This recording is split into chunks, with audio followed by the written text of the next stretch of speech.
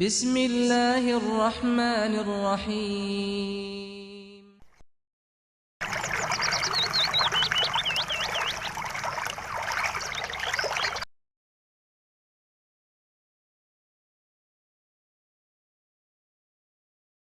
Pada zaman Bani Israel dulu, ada orang soleh yang mempunyai anak kecil dan ia mempunyai anak lembu. Suatu hari, anak lembunya dibawa ke hutan untuk dibebaskan.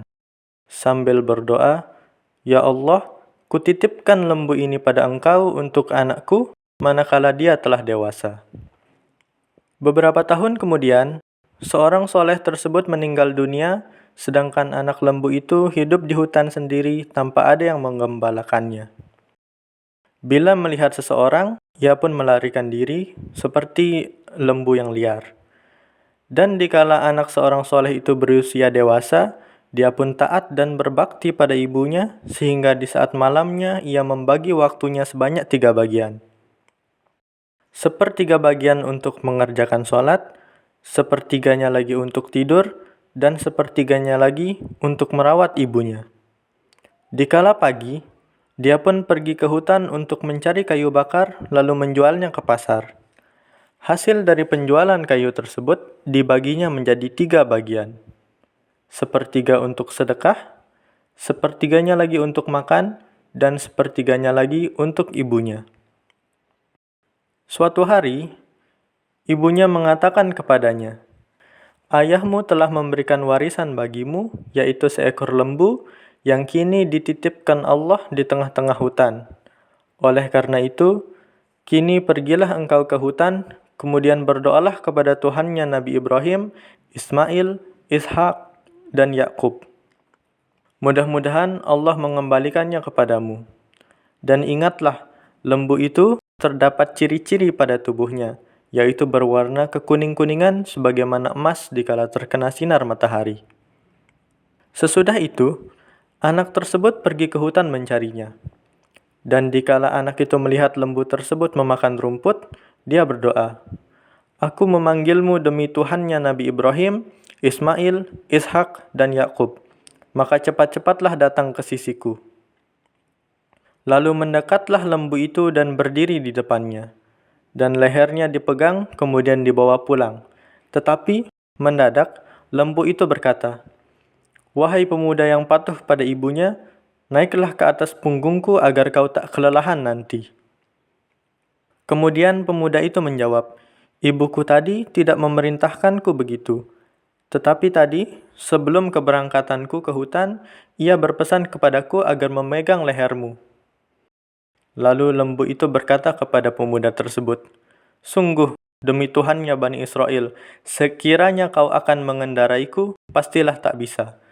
Kemudian, berjalanlah hai pemuda, andai kata kau menyuruh bukit itu untuk pindah, niscaya bukit itu pun akan pindah semuanya, sebab bakti dan patuhmu pada ibumu." Kemudian, seekor lembu itu dibawanya pulang.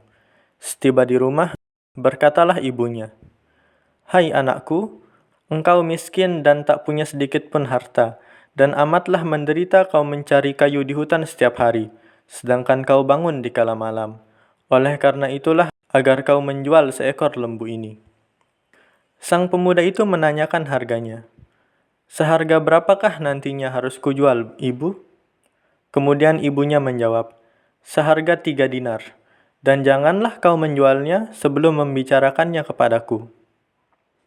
Dikala itu, memang harga lembu tersebut seharga 3 dinar.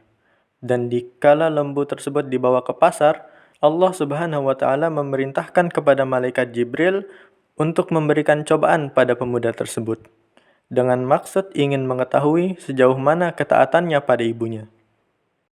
Begitu pula Allah akan memperlihatkan pada makhluk akan kekuasaannya. Kemudian, malaikat itu mendatangi sang pemuda dengan menjelma sebagai manusia. Lalu ia bertanya, "Kau jual berapakah lembu ini?" Sang pemuda itu menjawab, "Seharga 3 dinar dengan ridho ibuku." Sang malaikat berkata, "Kubeli seharga 6 dinar, dan ingat, dengan syarat kau tidak mengatakannya kepada ibumu." Kemudian sang pemuda itu menjawab, Sekiranya kau memberiku emas seberat lembu ini, aku pun tak akan menerimanya bila tak mendapatkan ridho ibuku.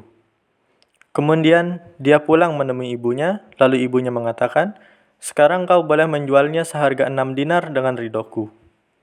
Kembalilah sang pemuda tersebut ke pasar, kemudian menemui sang malaikat dan mengatakan, ibuku ridho seharga 6 dinar dan janganlah dikurangi dari harga 6 dinar itu.